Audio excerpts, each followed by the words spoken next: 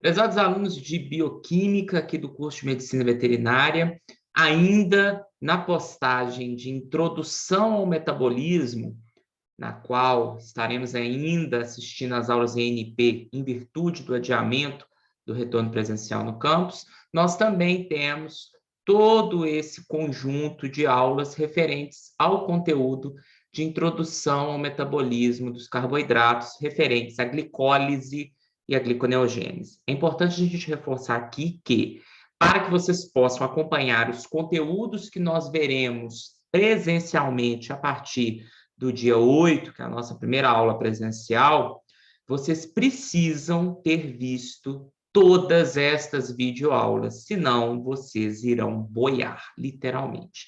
Então, eu reforço a necessidade de ver o conteúdo de introdução ao metabolismo, as últimas 3 videoaulas, e todas estas eu estou começando a gravar agora, para que vocês entendam o próximo conteúdo, que já será presencial, que é o ciclo do ácido cítrico. Se não assistir, vai boiar. Então, eu faço esse apelo a todos vocês, tirem um tempo ao longo da semana em que essa postagem vai ser liberada e assistam essas aulas, senão vocês, de fato, irão ter dificuldades de acompanhar o próximo conteúdo.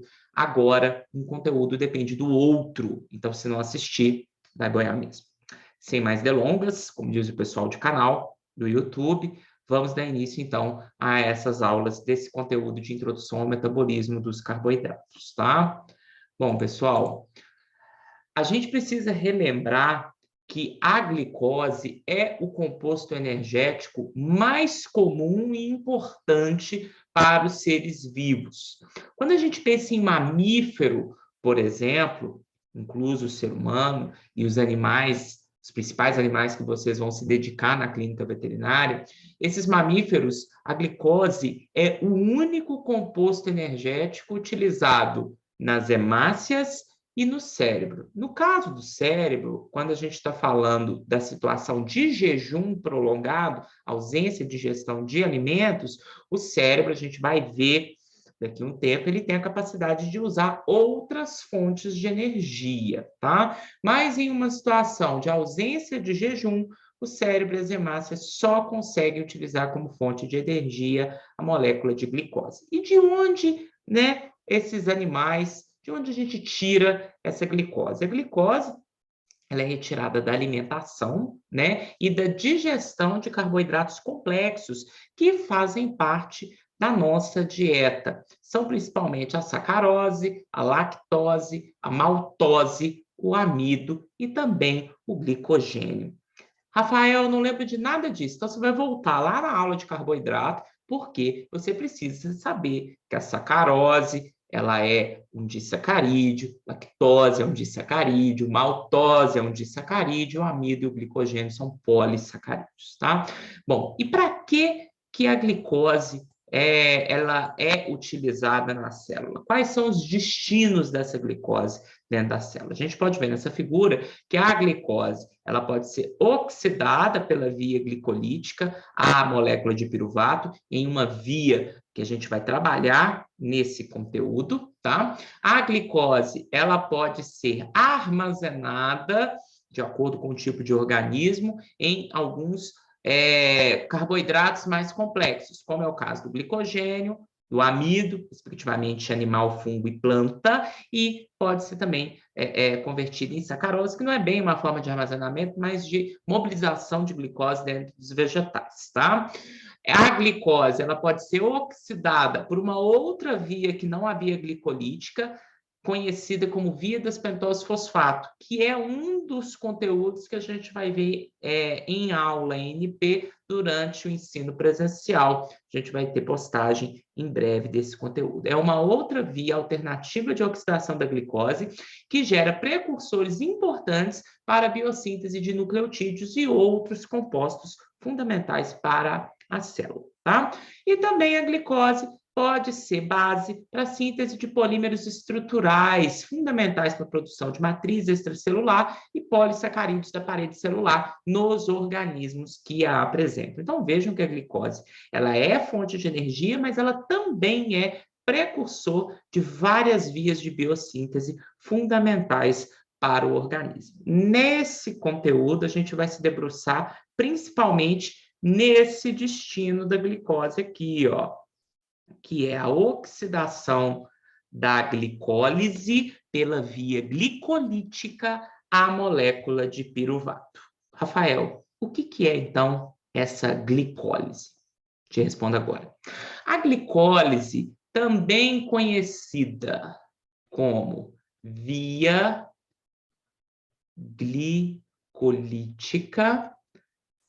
nada mais é, pessoal, do que uma sequência de reações, 10 reações precisamente falando, que vai metabolizar uma molécula de glicose em 2 moléculas de piruvato. De maneira global, essas 10 reações levarão à produção de 2 moléculas de ATP e 2 moléculas de NADH. Se produz NADH, a gente já sabe que elétrons são extraídos dos substratos. Portanto, a gente pode falar que a via glicolítica, de maneira global, ela representa, como estava no slide anterior, uma oxidação da molécula de glicose. Mas é muito importante a gente frisar que, mesmo sendo um processo de oxidação, a via glicolítica ela é anaeróbica, porque ela não envolve a participação do oxigênio. Tá? Então, é muito importante a gente frisar que essa via glicolítica contém 10 reações. De maneira geral, é um processo que vai transformar globalmente uma glicose em 2 piruvatos, levando a um saldo de produção de 2 moléculas de ATP e 2 moléculas de NADH, sem a presença de oxigênio. Bom, já que um dos produtos desse processo de glicólise é o piruvato, a gente precisa, então, falar quais são os possíveis destinos desse piruvato produzido na via glicolítica dentro de uma célula. E são basicamente 3. O primeiro destino do piruvato é a transformação dele em lactato em um processo que é anaeróbico também, não envolve a participação de oxigênio, conhecido como fermentação lática. O segundo possível destino do piruvato ainda também é um processo anaeróbico que não envolve a participação de oxigênio e é basicamente a fermentação alcoólica, na qual o piruvato é convertido em etanol. E o terceiro possível destino do piruvato é em condição aeróbica, isto é, que envolve a presença do oxigênio. Esse piruvato é completamente oxidado na sua forma mais oxidada, que é o CO2. E, nesse caso, o piruvato é completamente oxidado a CO2, levando à produção concomitante de água. E, nesse caso, essa oxidação completa aeróbica de piruvato a CO2 leva à produção de uma grande quantidade de ATP, tá, pessoal? No caso da fermentação lática e da fermentação alcoólica, a gente não tem uma produção de ATP além dos 2 ATPs já produzidos na via glicolítica, reforçando que converteu glicose em piruvato, tá? Nessas aulas que estamos começando agora, a gente vai, além de falar da via glicolítica, falar um pouquinho do porquê que o piruvato precisa ser fermentado a lactato ou etanol em alguns tipos de organismos ou em alguns tipos de célula. E, posteriormente, nas aulas presenciais, nós veremos a terceira possibilidade de destino do piruvato, que é essa oxidação completa a gás carbônico e água, levando a uma produção de uma grande quantidade de ATP no ciclo do ácido cítrico e na fosforilação oxidativa. Falado disso, agora a gente vai se debruçar sobre a via glicolítica. Como eu disse anteriormente, pessoal, a via glicolítica ela envolve 10 reações químicas, todas representadas aqui nessa figura. Nela nós temos, né, a divisão de 2 ou 3 fases dessas 10 reações, a gente vai explorar essa divisão didática. Temos todas as moléculas intermediárias, tá? Quais são as etapas reversíveis, quais são as etapas irreversíveis, e ao lado do nome nós temos a estrutura molecular dessas moléculas, tá? E temos também aquelas etapas que têm gasto ou produção de ATP, gasto ou produção de NADH, ok? Bom, é importante a gente chamar a atenção que a via glicolítica é uma via comum em todas as células. Então, é um metabolismo básico, conservado, que surgiu nos primeiros seres vivos procarióticos e é conservado até na célula humana. Então, a via glicolítica é uma via comum. E ela acontece, obviamente, no citosol. Então, todas as 10 enzimas envolvidas nas 10 reações químicas da via glicolítica, elas estão no citosol da célula, tá? E como eu disse, nós podemos dividir a via glicolítica em 3 estágios ou 3 fases de forma didática.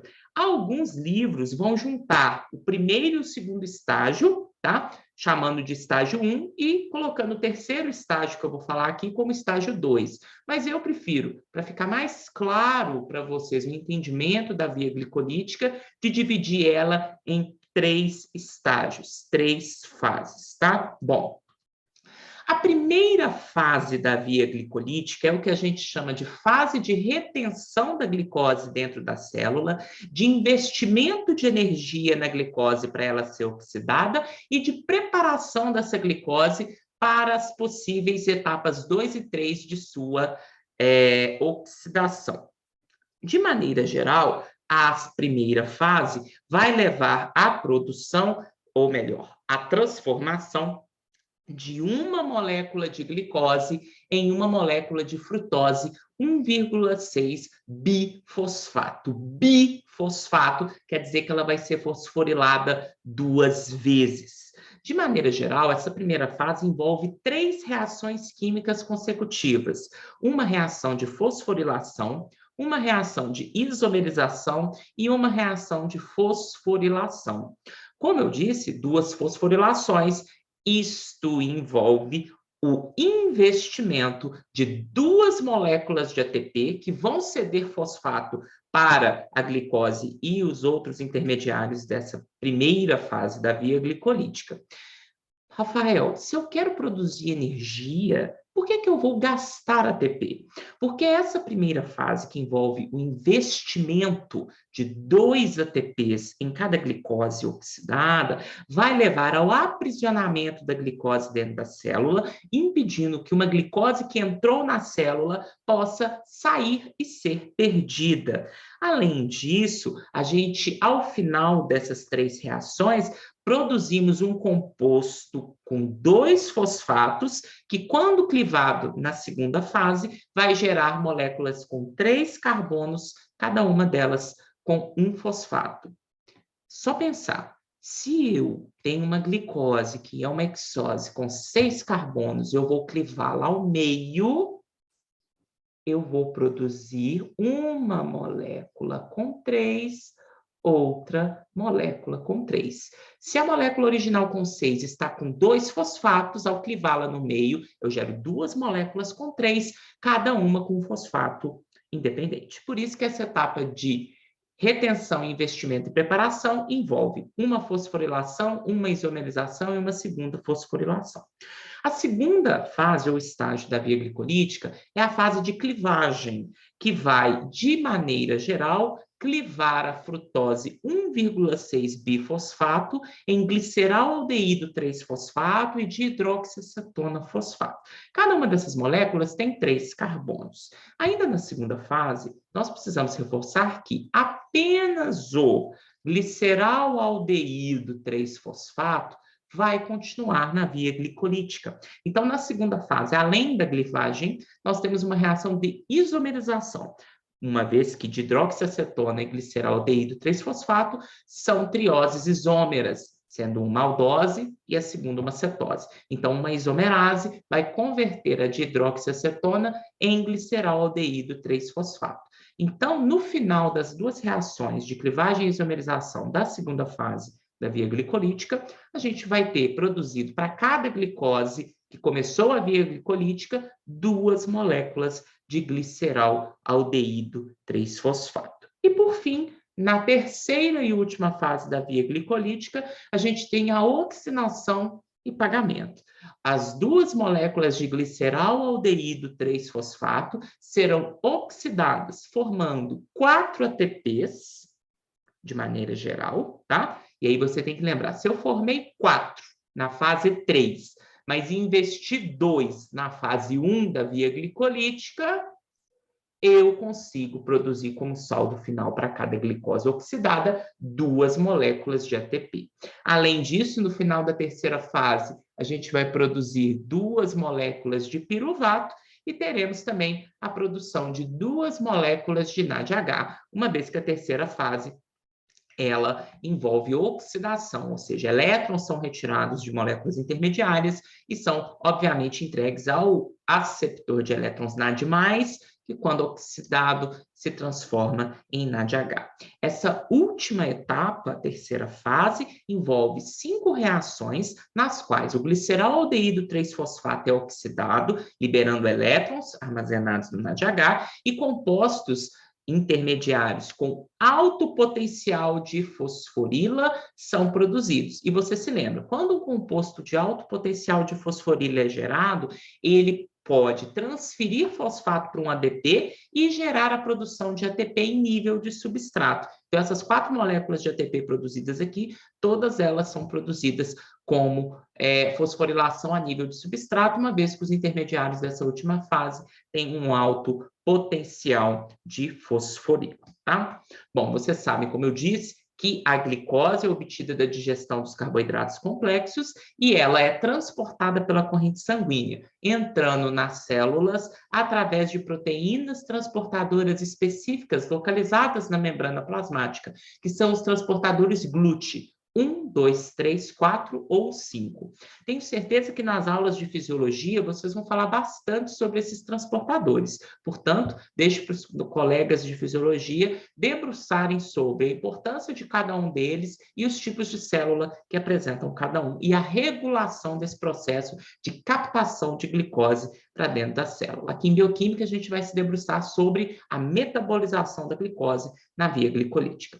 Bom, para ficar um pouquinho mais fácil, a gente vai estar falando, então, do estágio 1, que é o estágio de preparação e investimento de energia na glicose, e a etapa 2 de clivagem e isomerização. As 2 etapas, do estágio 1 e 2, compõem 5 reações químicas, que, ao final, vão produzir 2 moléculas de glicerol-aldeído 3-fosfato a partir de cada glicose metabolizada. Vamos lá.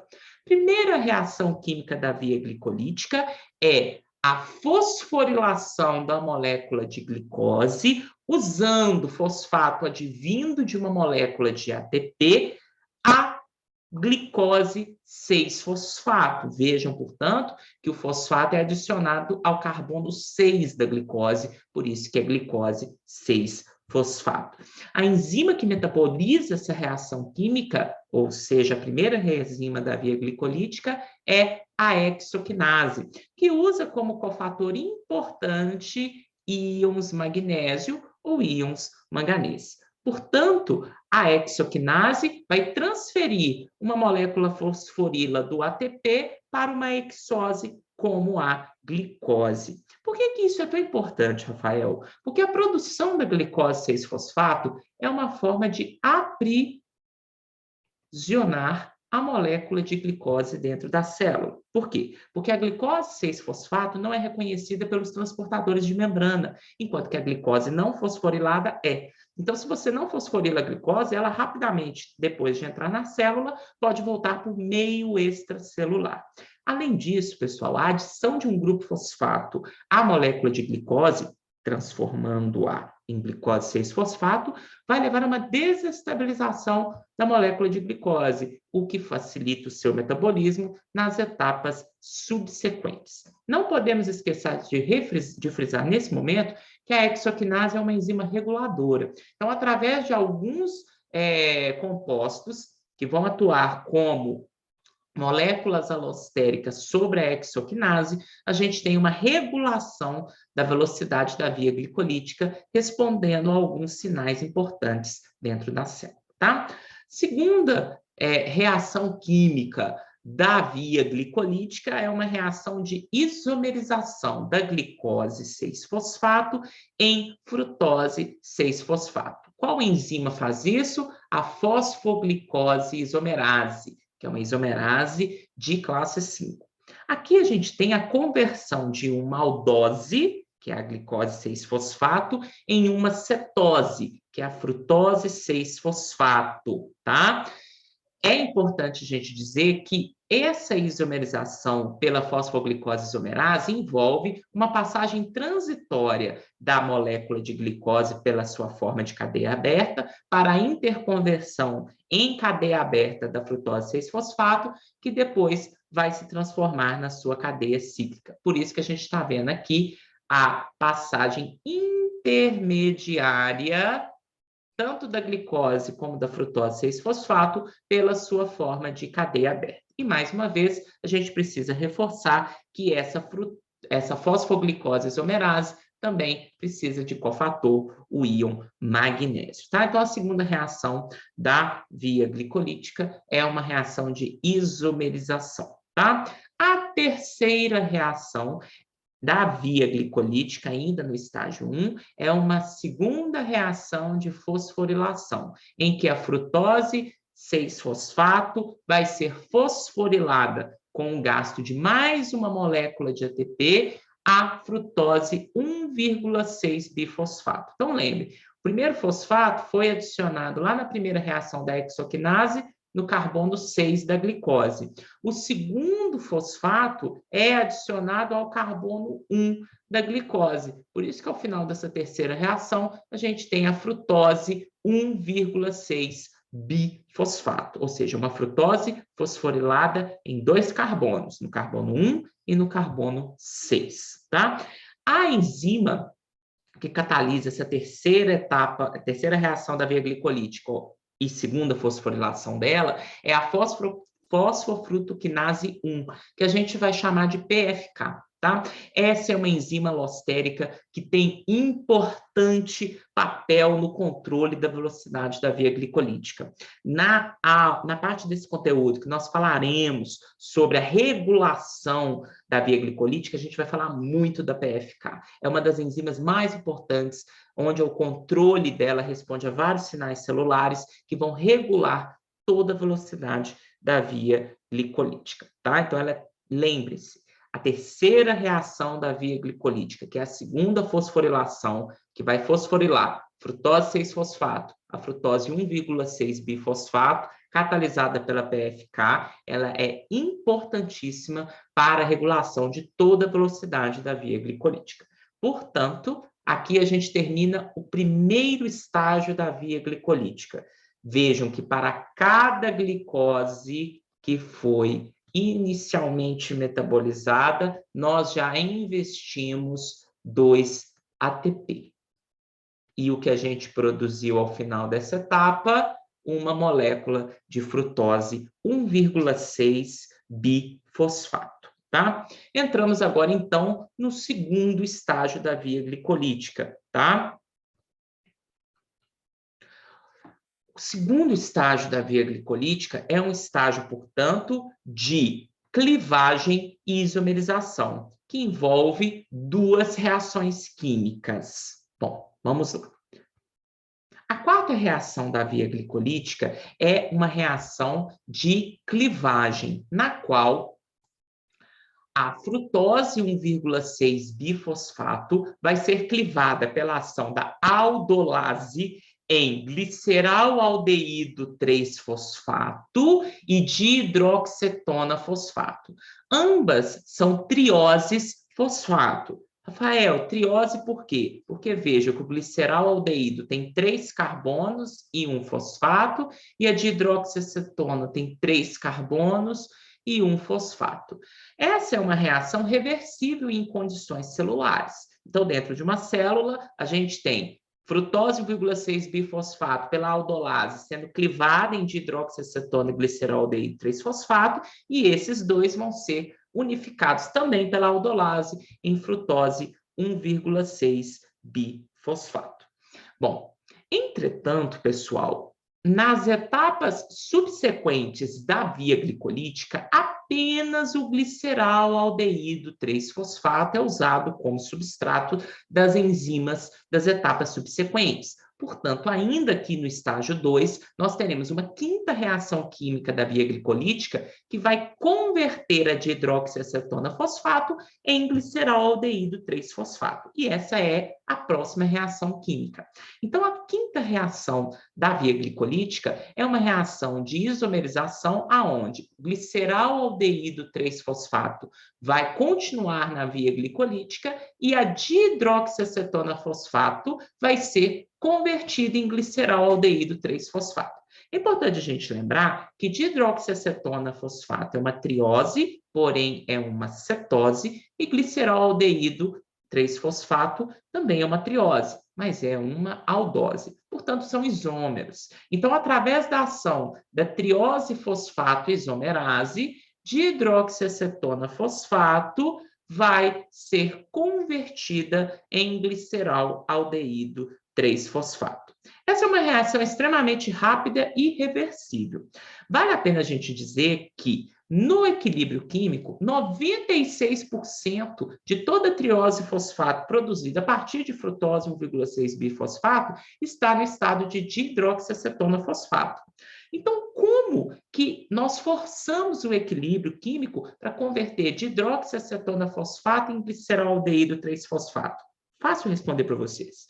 As etapas subsequentes da via glicolítica vão consumir glicerol-aldeído 3-fosfato rapidamente. E esse consumo do glicerol-aldeído 3-fosfato vai deslocar o equilíbrio químico no sentido da conversão de glicerol-aldeído 3-fosfato a partir de dihidroxiacetona fosfato. E é por isso, graças ao consumo do glicerol-aldeído 3-fosfato, que o equilíbrio químico é deslocado e força a conversão da dihidroxiacetona fosfato em glicerol-aldeído 3-fosfato. Bom, é importante a gente reforçar que aqui nessa quinta reação química da via glicolítica, nenhuma energia foi extraída da molécula de glicose que iniciou essa reação química. Pelo contrário, até o momento, 2 ATPs foram investidos para ativar e aprisionar a glicose dentro da célula. E até aqui, 2 moléculas de glicerol-aldeído foram produzidas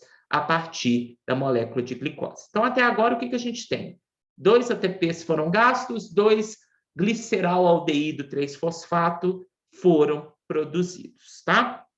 Entramos, portanto, agora no último estágio da via glicolítica, o estágio de oxidação e de pagamento da energia investida, que envolve 5 reações químicas, tá? Bom, a sexta reação química envolve a oxidação e conversão de cada glicerol-aldeído 3-fosfato em 1,3-bifosfoglicerato, que é uma etapa catalisada pela enzima glicerol-aldeído 3-fosfato desidrogenase. Leiam, oxidação. Então, nessa sexta reação, elétrons vão ser retirados do glicerol-aldeído 3-fosfato, tá? Bom, vocês sabem, como eu disse na aula de introdução ao metabolismo, que os elétrons não ficam soltos dentro da célula. Portanto, para cada glicerol-aldeído 3-fosfato oxidado nesta sexta reação química, um NAD+, que está no seu estado oxidado, recebe os elétrons retirados do glicerol-aldeído 3-fosfato. E ao receber esses elétrons, se transforma em NADH.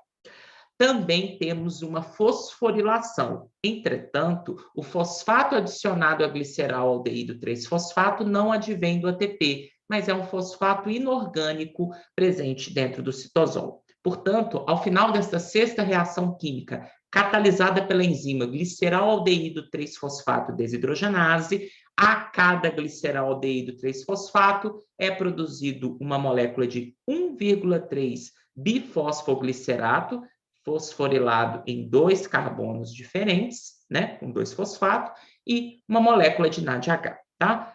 Rafael, não podemos esquecer que nós temos, até o momento, para cada glicose, 2 gliceraldeído 3-fosfato. Então, na verdade, 2 NAD+ são consumidos, 2 fosfatos inorgânicos, levando à produção de 2 moléculas de 1,3 bifosfoglicerato, 2 moléculas de NADH cheia de elétrons foram produzidas e liberando 2 prótons H+. É importante a gente chamar a atenção aqui também de um outro ponto. A sexta reação química da via glicolítica produz 2 moléculas de 1,3 bifosfoglicerato por glicose que iniciou a via glicolítica.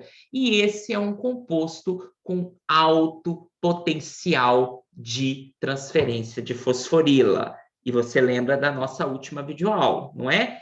Toda vez que eu produzo um composto com alto potencial de transferência de fosforila, ele pode ser usado em uma reação de fosforilação a nível de substrato e transferir um grupo fosfato para um ADP, levando à produção de ATP. É o que nós veremos agora na 7ª reação da via glicolítica.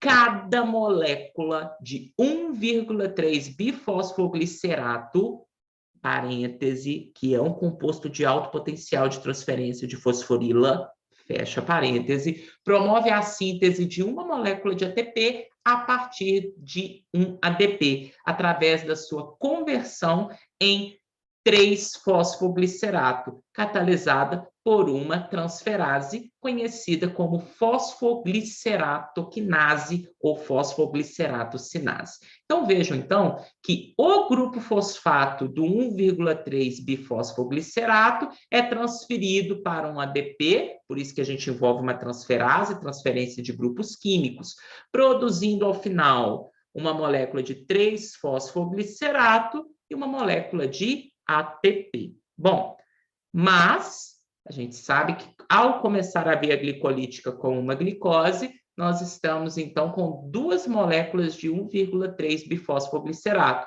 que tem energia para transferir fosfato para 2 moléculas de ATP, produzindo por isso 2 moléculas de 3-fosfoglicerato e 2 moléculas de ATP.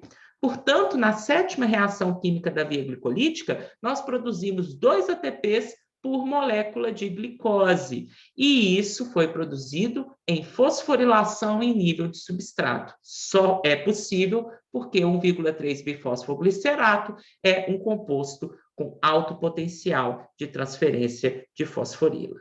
E aí, pessoal, a gente tem que lembrar que, como são 2 moléculas de 1,3 bifosfoglicerato, que fosforilam 2 ATPs, produzindo 2 3-fosfoglicerato e 2 ATPs, a gente teve o pagamento do investimento. Lembram-se? Cada glicose gastou 2 ATPs. Como aqui, cada glicose produz 2 1,3 bifosfoglicerato e produz 2 ATPs, a gente pagou os 2 ATPs investidos.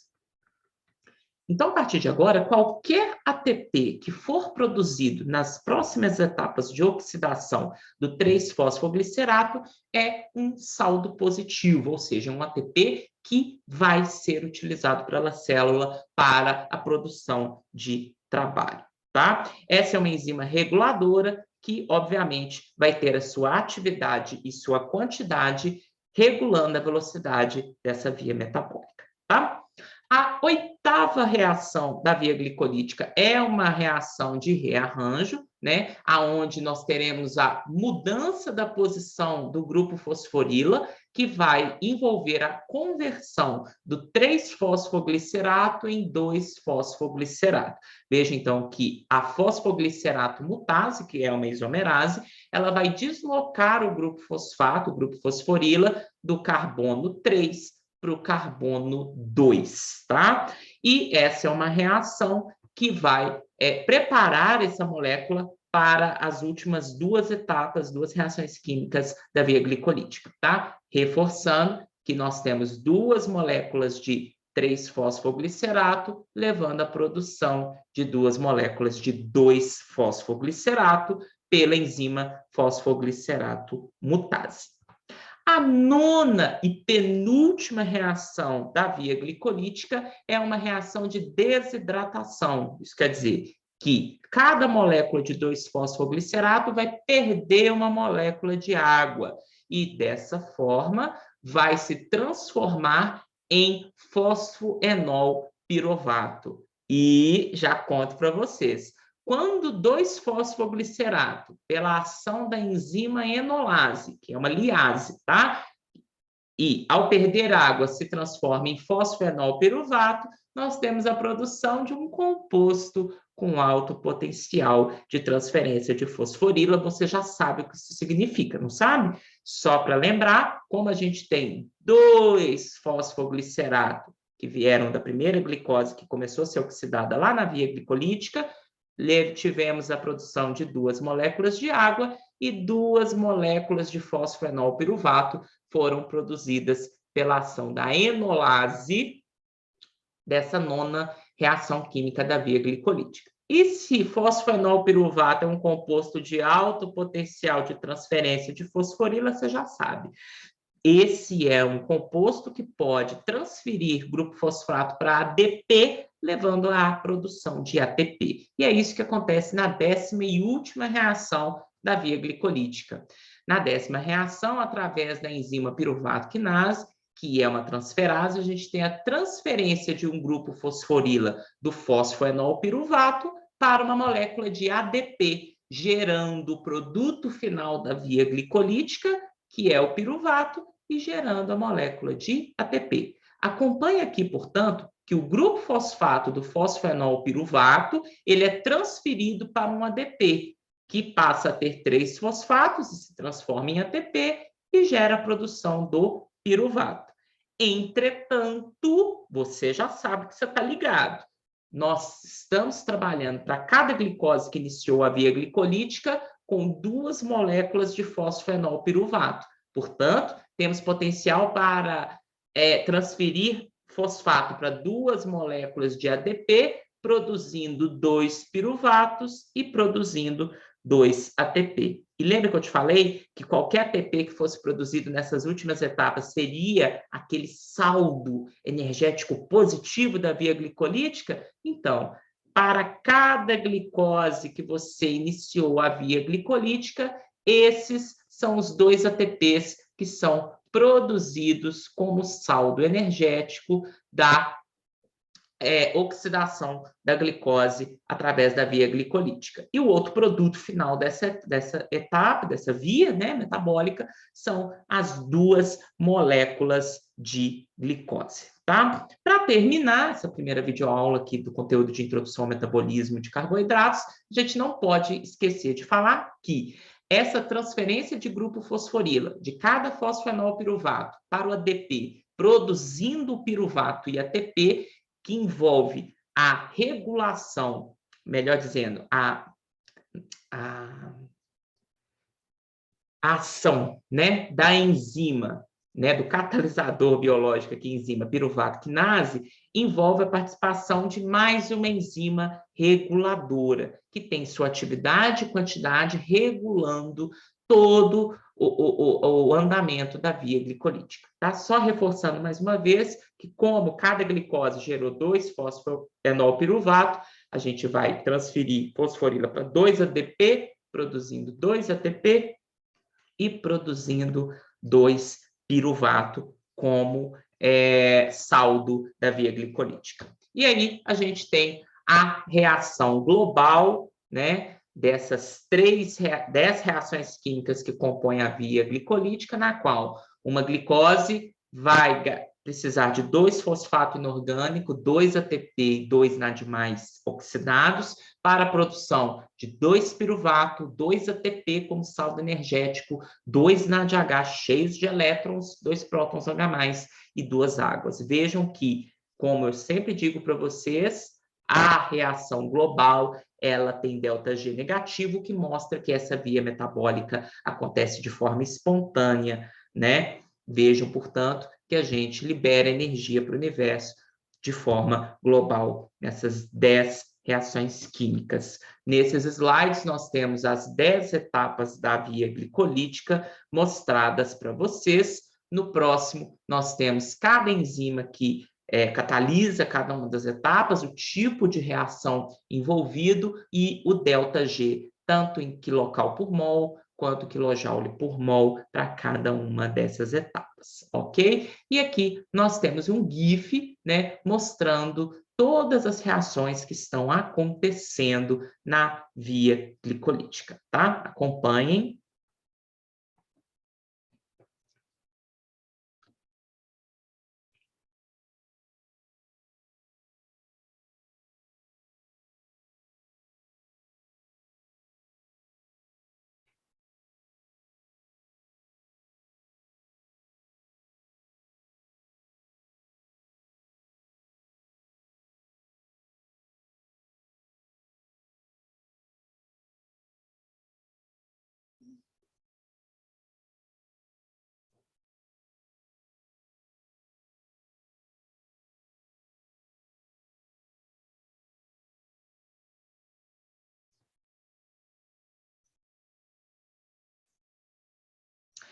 Sugiro para você que, nessa parte do GIF, use pause, tente associar cada uma das reações mostradas aqui com a explicação que está no resumo teórico, também postado na nossa sala do AVA, para vocês entenderem o que está acontecendo em cada etapa. Vejam, pause, quantas vezes for necessário. Não deixem de continuar assistindo as próximas videoaulas desse conteúdo de introdução ao metabolismo dos carboidratos. Até lá!